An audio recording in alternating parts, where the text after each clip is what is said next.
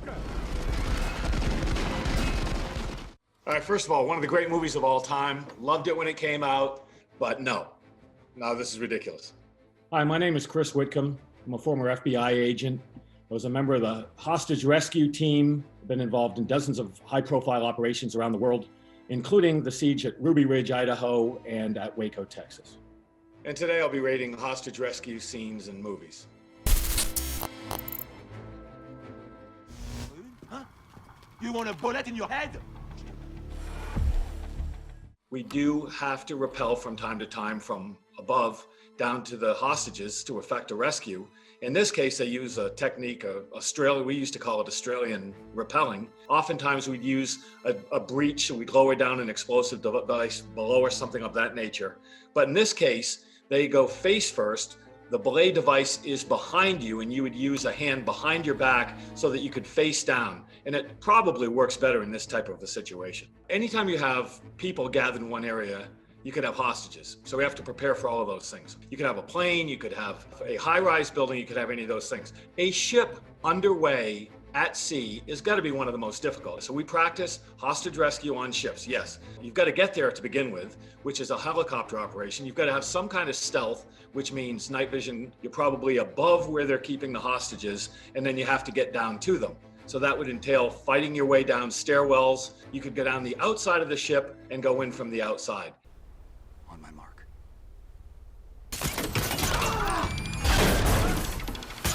Anytime you have a hostage rescue operation, you've got a lot of moving pieces. You have to make sure they all go at the same time. You want to go in with speed, surprise, and violence of action. The sniper shots, then the door breach, and then the entry by the assaulters. So that's quite realistic. If you can get into a space without sending people inside, that's ideal. So in this case, snipers executed what we call an open air option, which you send bullets into the space, not human beings. And that was very well done in the scene. Shooting is a very, very important part of this job, but it's only one element of the job. The coordination is very, very important. So we would practice that day after day after day. If you're a sniper, you shoot at various distances, but you practice that coordinated shot. And it's almost like being a drummer in a band where you just get used to the rhythm. In a training environment, you would hear ready, ready, ready, ready, aim, fire. And you have to shoot on that cadence. So it is very important that the sniper shots go together. Well, look, it's a superhero movie, right? And it's entertainment, but I think they got a lot of things right. I'd have to give it a 7. OSS, I need eyes on. Sir, they're gonna shoot him! Execute. It's difficult to convey how difficult this job is. You have an unstable platform shooting off a ship at another unstable platform, another ship, at night, through a tiny, tiny opening in that lifeboat, that small window.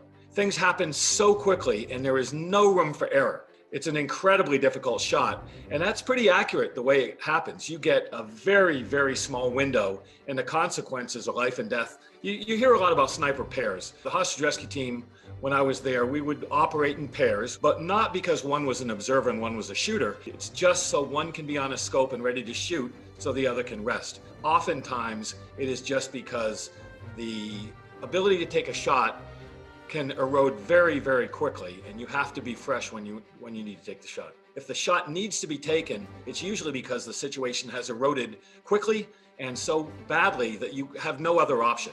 Look, this is based on a real life event. It was entertainment and built up a little bit, but based on actual events, so I've got to give it a 9.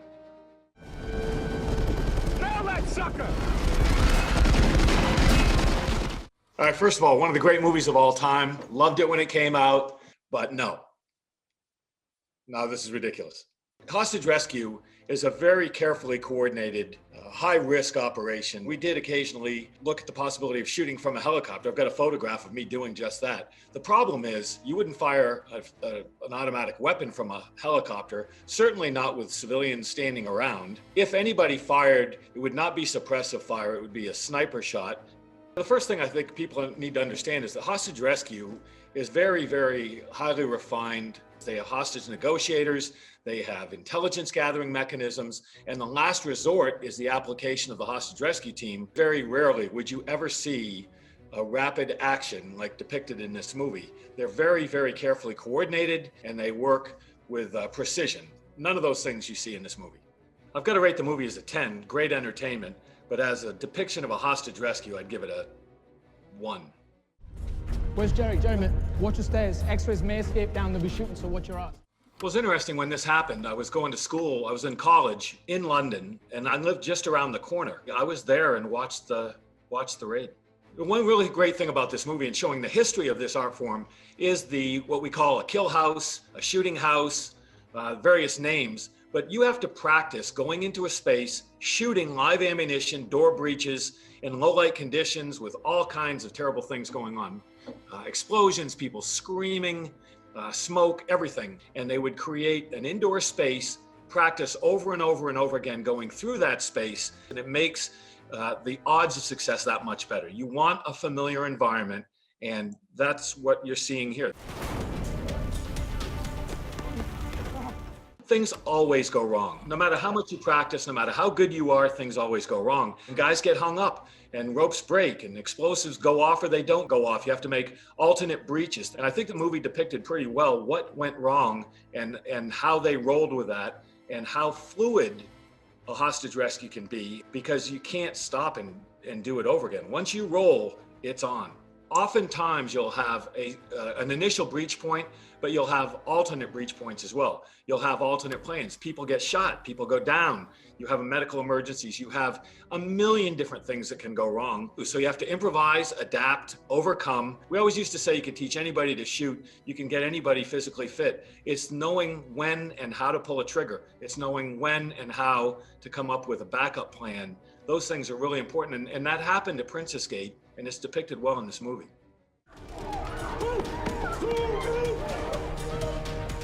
The SAS went in, and some of the hostage takers tried to sneak out with the hostages. We've got a room full of hostages. Stay down! When you go in with a tactical element for a hostage rescue operation, everybody goes to the floor. You don't know who's a bad guy. It's smoke, it's violent, it's chaos. It is absolute chaos, except for the people doing the rescue operation. This was a perfect place where the British government realized how difficult that can be. I think the most important thing to get out of some of these movies is the people, the operators that do this job. They are truly remarkable. These are people who are more than willing to run in and die if that's the case, but don't plan to. I love this movie. I thought they did a brilliant job. I'd rate it a 10. Fox, the SWATs are targeting the wrong people. The clowns are the hostages. Batman would help in any situation. I wish we had a Batman, right? Some elements of this were really well done. Repelling, I guess, was pretty accurate. The weapons looked pretty good. The tactics looked bad. The lifeblood of any operation like this is intelligence. You want information, accurate information. So if they, being the command element, knew that hostages had weapons, we didn't know who was who, it would make it very, very difficult to send somebody in. This is a good example of when you don't go in. When you go into a building like this, as I said before, you have to make sure everybody is secure, because you don't know who's good and who's bad in all circumstances. If somebody is shooting at you, obviously you're going to shoot them. If they have a weapon and you can take them to the ground, that might be a better option. Some things are well done and plausible, but it's a superhero movie. I don't know, maybe a 7. Got an easy shot, please advise. Stand by. Roger that.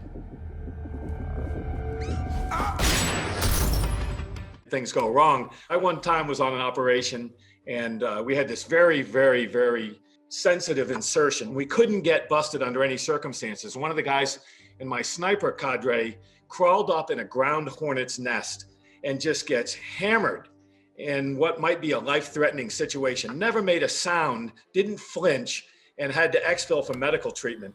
So things do go wrong, but you have to eat them. There's no training for that. You've got to remember that these guys are incredibly disciplined. A rat's not going to bother anybody now. Tubular targets are difficult. They're oftentimes moving. You get a car, a bus, a plane, a train, a subway car. And even if he hadn't responded to that rat and had taken a stable shot, a bullet going through a medium like glass can do a million different things. So you have to practice that too. Not just the shot, but what the bullet's going to do in so many different circumstances. You don't want to shoot through a target, put somebody else on the other side in danger, obviously. But one thing that's really important to remember is that you always have a backup plan. So if you have a sniper shot, it is going to be followed up with an assault component as well. And if that assault component is ready to go, they would have stormed the train immediately and resolved it in a different way. So the planning and the execution of this raid would not have gone this way because we would have some immediate action, an emergency assault if necessary, had a shot gone wrong for whatever reason. And I think the scene makes sense in a lot of different ways. A rat crawling up a sniper's leg is not going to have this impact. No.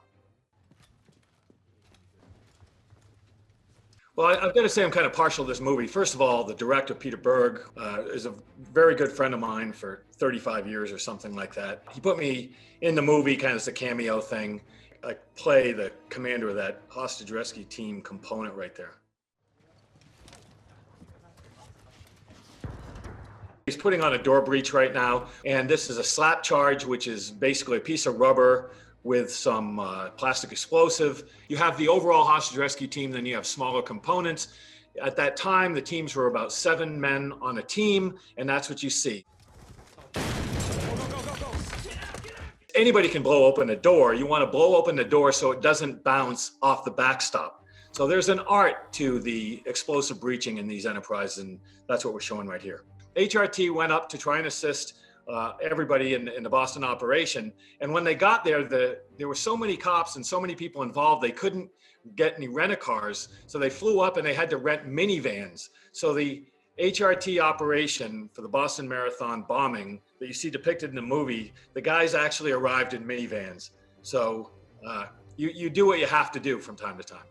I just want to point out the weapons you use in these types of situations. I always looked at guns as tools. Carpenter can't build a house with a screwdriver, so you have different weapons. And what you see right here is typical assault rifles. I personally had 17 different weapons for different situations, everything from a 50 caliber long gun for sniper applications to something like this. This might be used as a door breach. It's not your primary weapon, but you might need to go to it. So your primary weapon might be something small and compact like this. If that weapon goes down for whatever reason, you could go with a backup weapon, which would be some handgun. This is a 9mm, which oftentimes we would use. In a case like this, you might carry 3 or 4 different weapons. What you use for weapons really can make a difference, especially in closed spaces like this.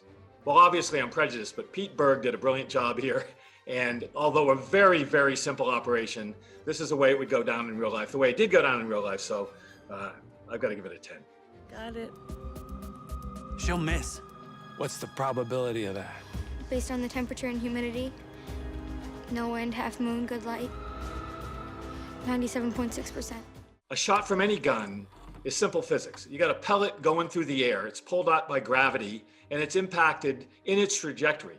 A short shot has fewer variables. A long shot has greater variables. In this case, you're talking about a handgun at what, maybe 20 feet, something like that. Humidity, light, all of those things are not going to have much of an impact. A longer shot, it's going to have a huge impact. Move, or I'll do it. Take it. Mom, oh, baby. A sniper on HRT one time took a shot at a guy who had a child taped to his back and had a woman in front of him with a shotgun to her head. So the child's head, I think, was almost touching his, and an HRT sniper had to take that shot moving from left to right. It is difficult to explain to people how difficult it is to shoot another human being under all the various circumstances. I'm just going to say that it is plausible. The dialogue was reasonably well done. There are things that I would have thought about, so I'd probably give it an 8, I think. Sniper searches and secure the perimeter. I don't know what that building is. That wasn't at Ruby Ridge. I don't know what that is. We'll have the gold team backing up the blue team position. It's infuriating to me. I was one of those guys. There were 7 of us, not a room full of us. We were standing in ghillie suits in the pouring rain. It was 32 degrees or something like that. The rules of engagement were a little bit different. I testified before the Senate. We've had all kinds of investigations over the years, and we were going up under totally different circumstances. So there's nothing even remotely realistic about what you just saw. If they're out there, I guess they don't want to talk.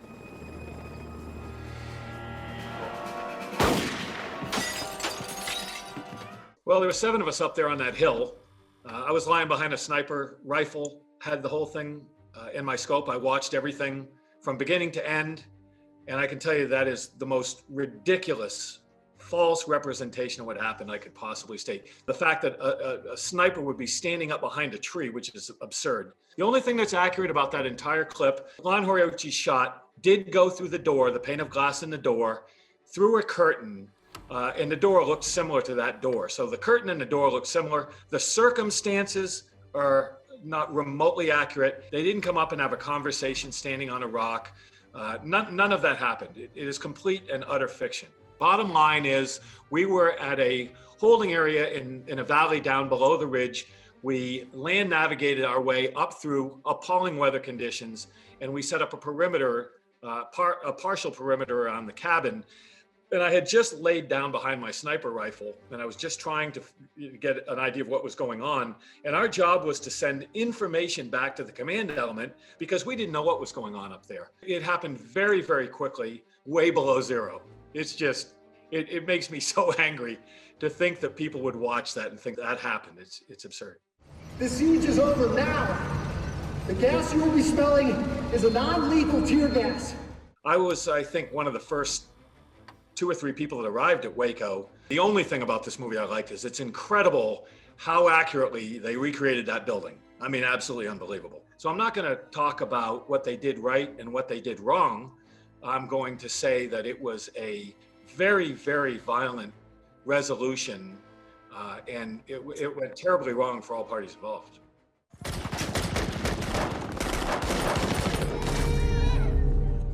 In this particular case, they sent us in to try and get the kids out. We considered the children and the unwilling Branch Davidians inside the building as hostages, and our job was to get them out alive. We thought it would have made great sense if we'd gone in that night doing what we as a hostage rescue team did very, very well, and we thought we could have saved everybody. They'd been in a firefight, they were wounded, they were on their heels. We thought we could have resolved it. That did not happen.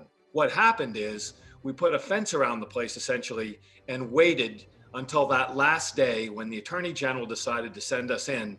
By that time, the odds were so heavily stacked against us. I don't know that anybody ever really thought we had much of a chance, but obviously it didn't go well then either.